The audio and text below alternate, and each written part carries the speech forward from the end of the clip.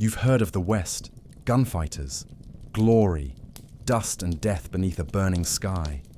But most of the men who lived it weren't famous. They weren't fast. They didn't make the papers. They just survived.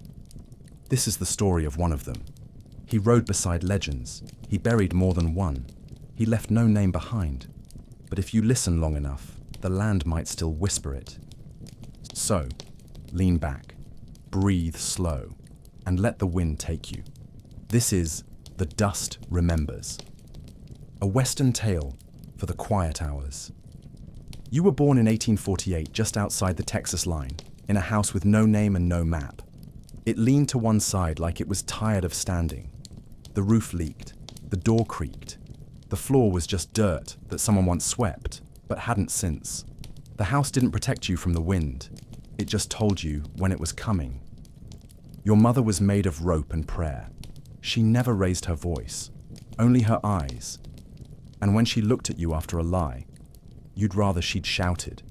Your father was a drunk by the time you could spell your name. He used to be a farmer, they said. Then the drought came, and the whiskey came after that. You learned early not to ask for things, and not to cry when you were hungry. If you were lucky, you got coffee grounds boiled twice and stale bread soaked in broth. If you weren't, you got silence. The first time you saw a dead man, you were 7. He was face down in the creek behind your house, half covered in mud, hat still on his head. Your mother made you drag him out by the shoulders while she held the shotgun. She said, "If you ever end up like that, I won't fish you out." That night, she scrubbed your hands with lye until they bled. You didn't ask why. You never did again.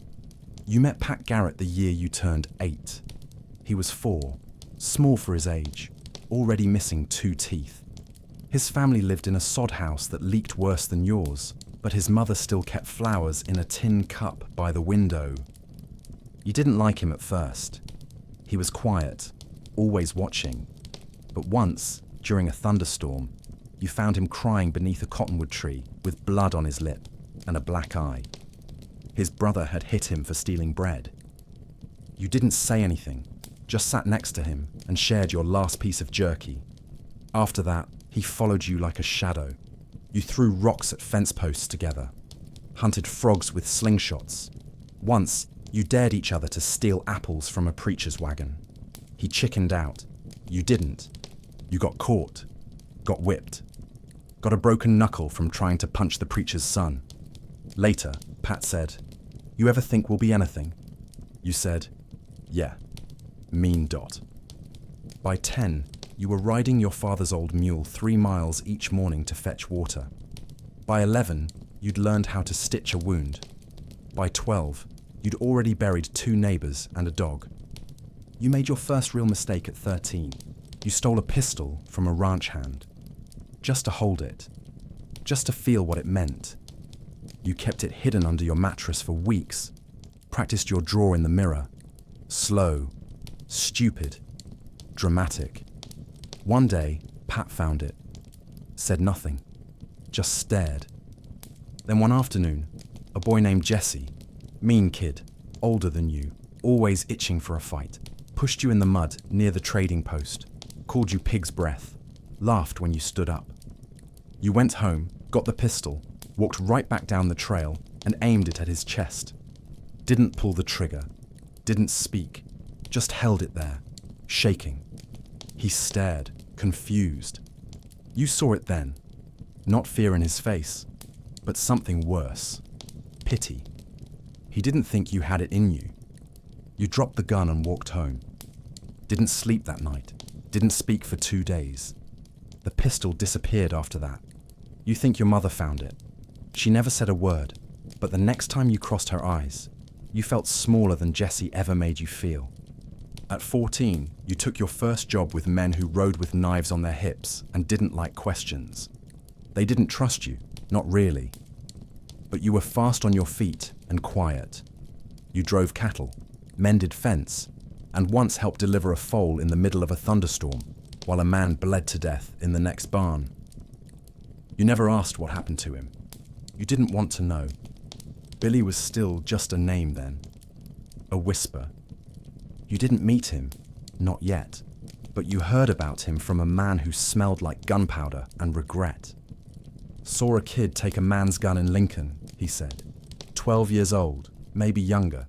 Shot the man in the leg and said, "Next time I aim higher," then ran off laughing.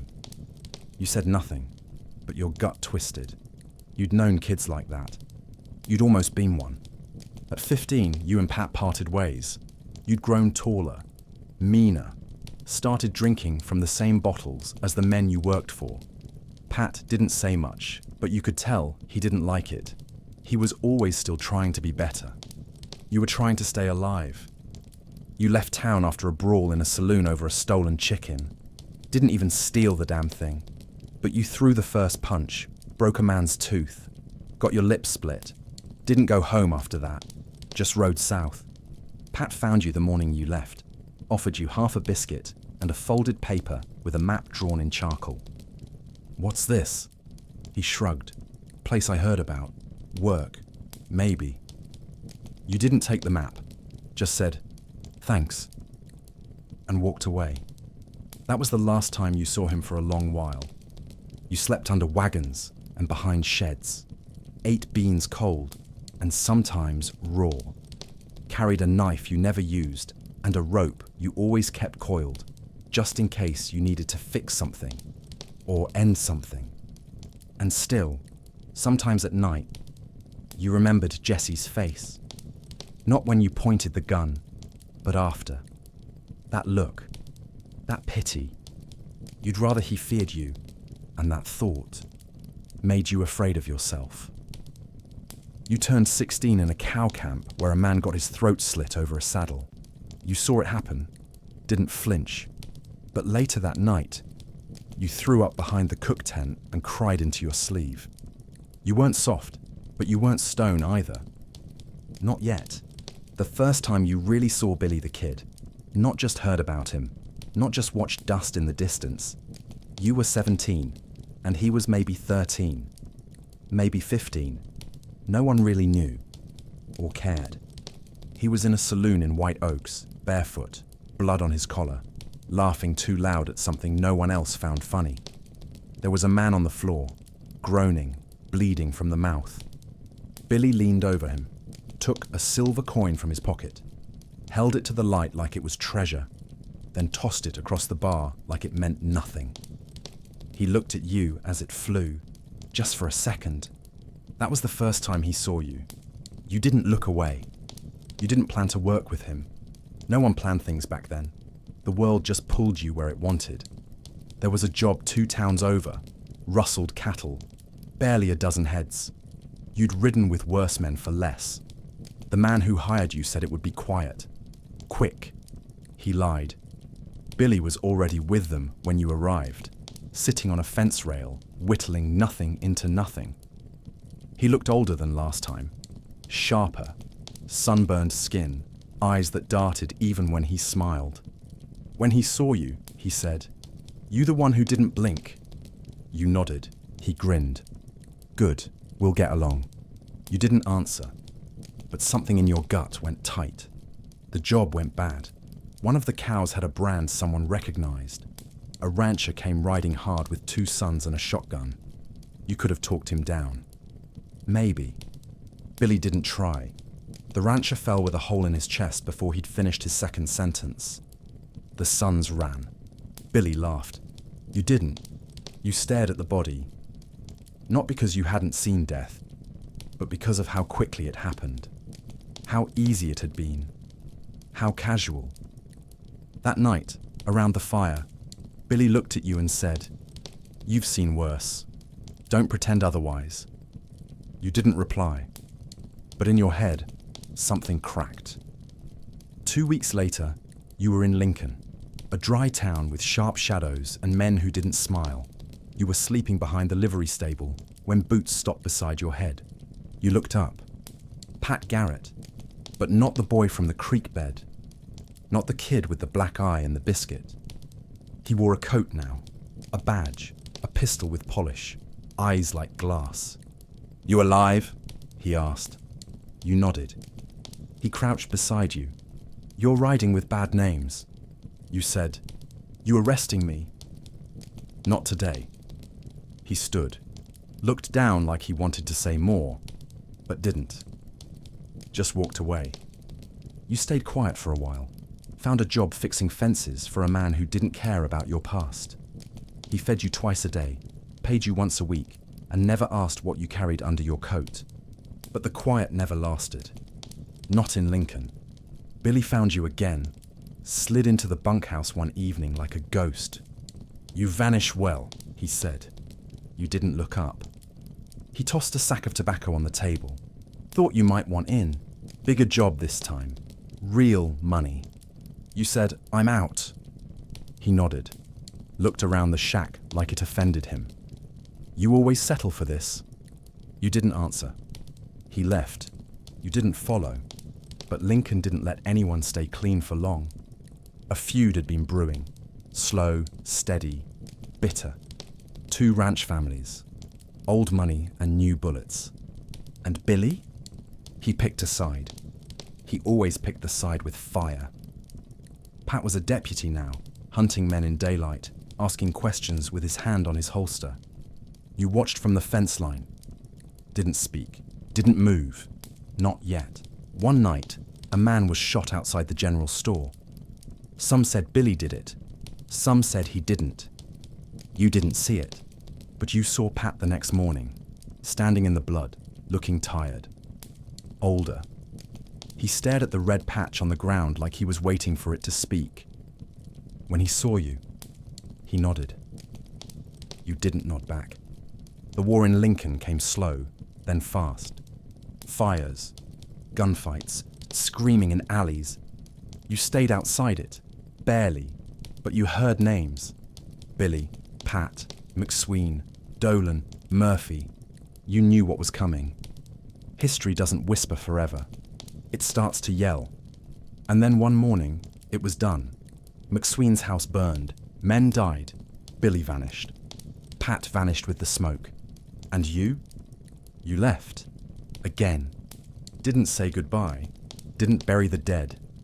Just walked.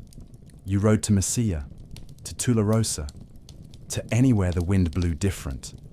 Tried to outrun memory, but the land kept coughing up reminders. In Silver City, someone asked if you'd known Billy. You said, he was a boy once. That's all. They didn't understand. No one did. Months later, a newspaper caught the breeze outside a tavern. You bent to catch it. The headline, "Billy the Kid Dead, Shot by Sheriff, Pat Garrett." You stared at the page for a long time. They said he was 21. You weren't surprised. Just hollow. That night, you walked 3 miles into the desert, sat on a flat rock until the stars blinked out behind clouds. You thought of the firelight, the silver coin, the laugh after the first man fell, and the boy who didn't blink. Billy was gone. Pat would live on, with pens, reporters, stories. But you still had dirt under your nails, and a past no one would write down. You'd been quiet for a long time. 2 winters had passed since Billy's name faded from headlines. 3 since you last saw a man draw with joy in his eyes. You were living behind a butcher's shop in a town with no post office, fixing fence posts for men who didn't ask about your limp. You weren't proud, but you were alive, and that counted for something. The West was changing. You could feel it in the dust. Less gunpowder in the wind, more fences, more paper, less fear, more boredom. Sometimes you wondered if the land was holding its breath. And sometimes, late at night, you wished it would exhale. The job came on a Thursday, or maybe it was Monday. You stopped keeping track when your boots wore through and the weather stopped surprising you. A man rode into town with a hollow saddlebag and a grin that didn't match his eyes. Said he was moving freight down to the San Agustin Pass. Needed steady hands, quiet mouths. Said it'd pay more than a year's worth of fence mending.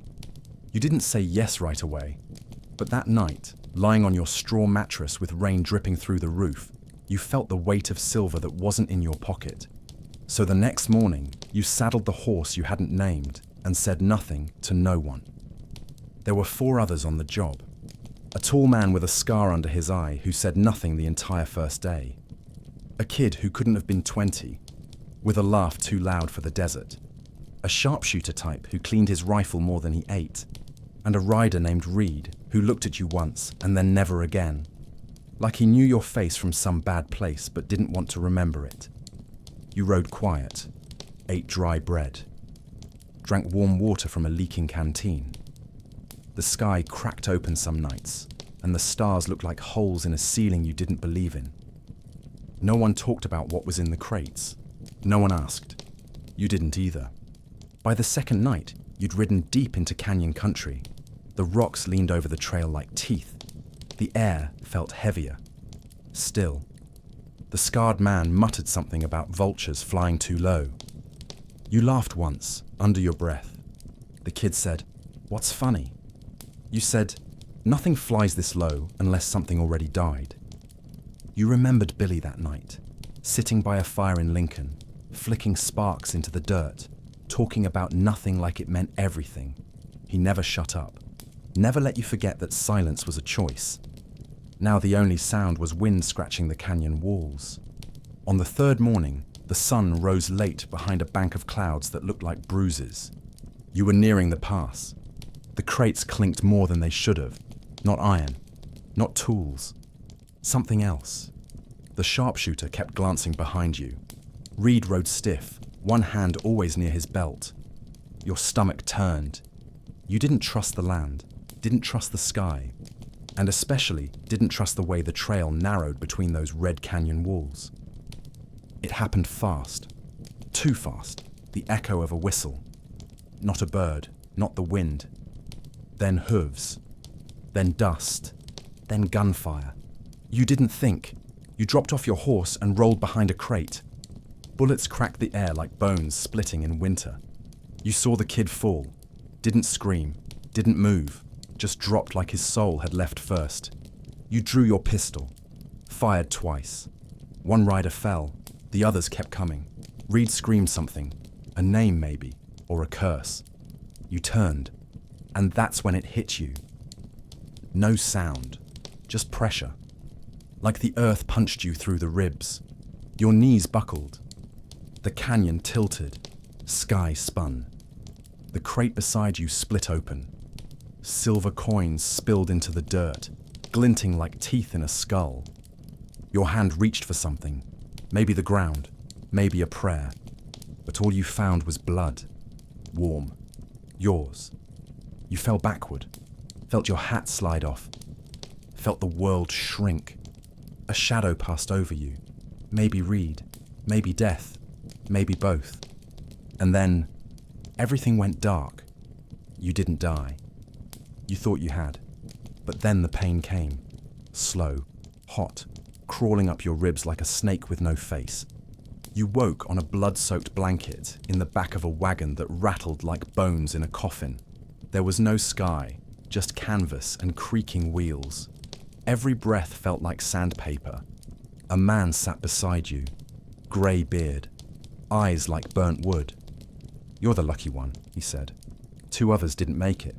You didn't speak. You couldn't. But your hand moved. It curled around your side.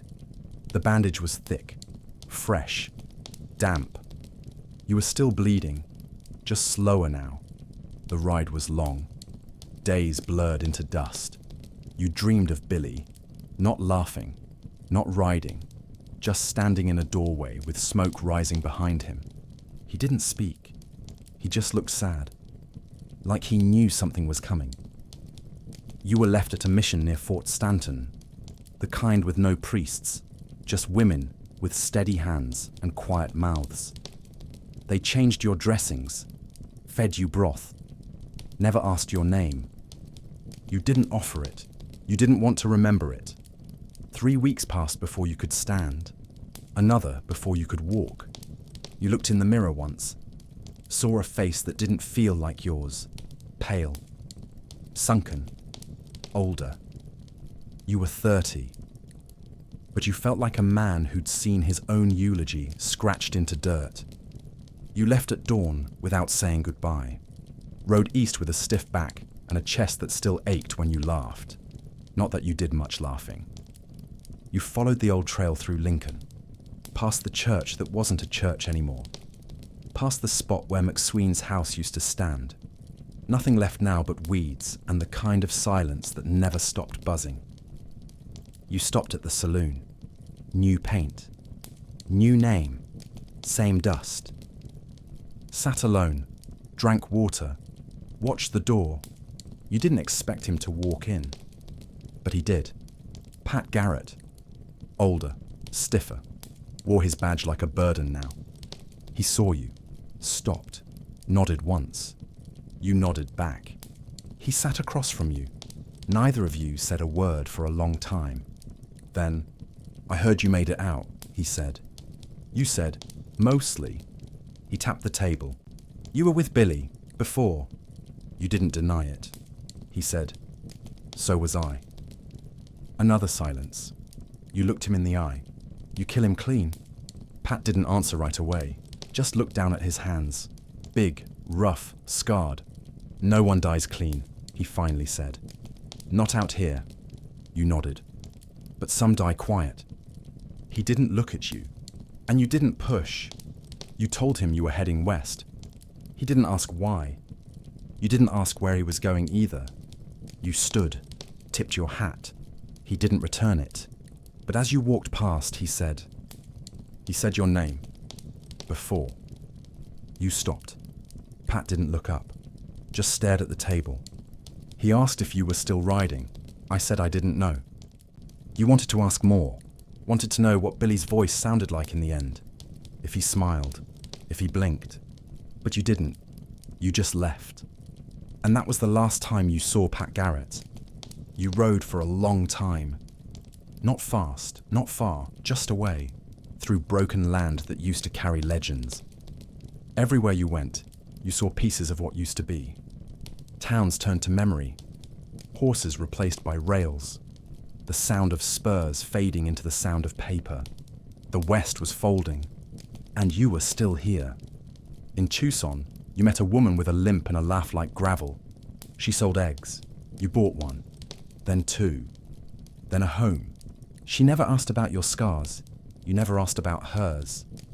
You built a fence that didn't need mending. You grew a beard. Forgot the feel of iron at your hip. Sometimes, at night, you'd sit on the porch and watch the stars. And sometimes, not often, you'd speak Billy's name out loud. Just once. Just soft. Then, let the silence have it back. Years later, a man came to your door with a pen and a notebook. Said he was writing a book about outlaws. Asked if you'd known Billy. You said, "Everyone knew Billy." He smiled. "Did you ride with him?"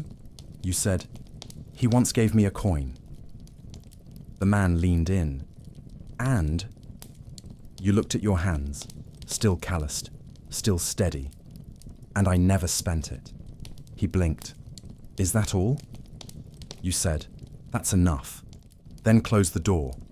They buried you in 1932 behind a church that didn't preach anymore. No name on the marker, just a stone. The woman, your woman, planted a single white flower. It grew sideways, against the wind. Billy died young. Pat died remembered. You died forgotten. But the dust remembers. And so do I. You were never in the books, never on the posters. But you were there when the guns cracked and the legends fell. You saw Pat Garrett ride through fire. You watched Billy the Kid laugh through blood. And in the end, you didn't seek glory. You chose something harder.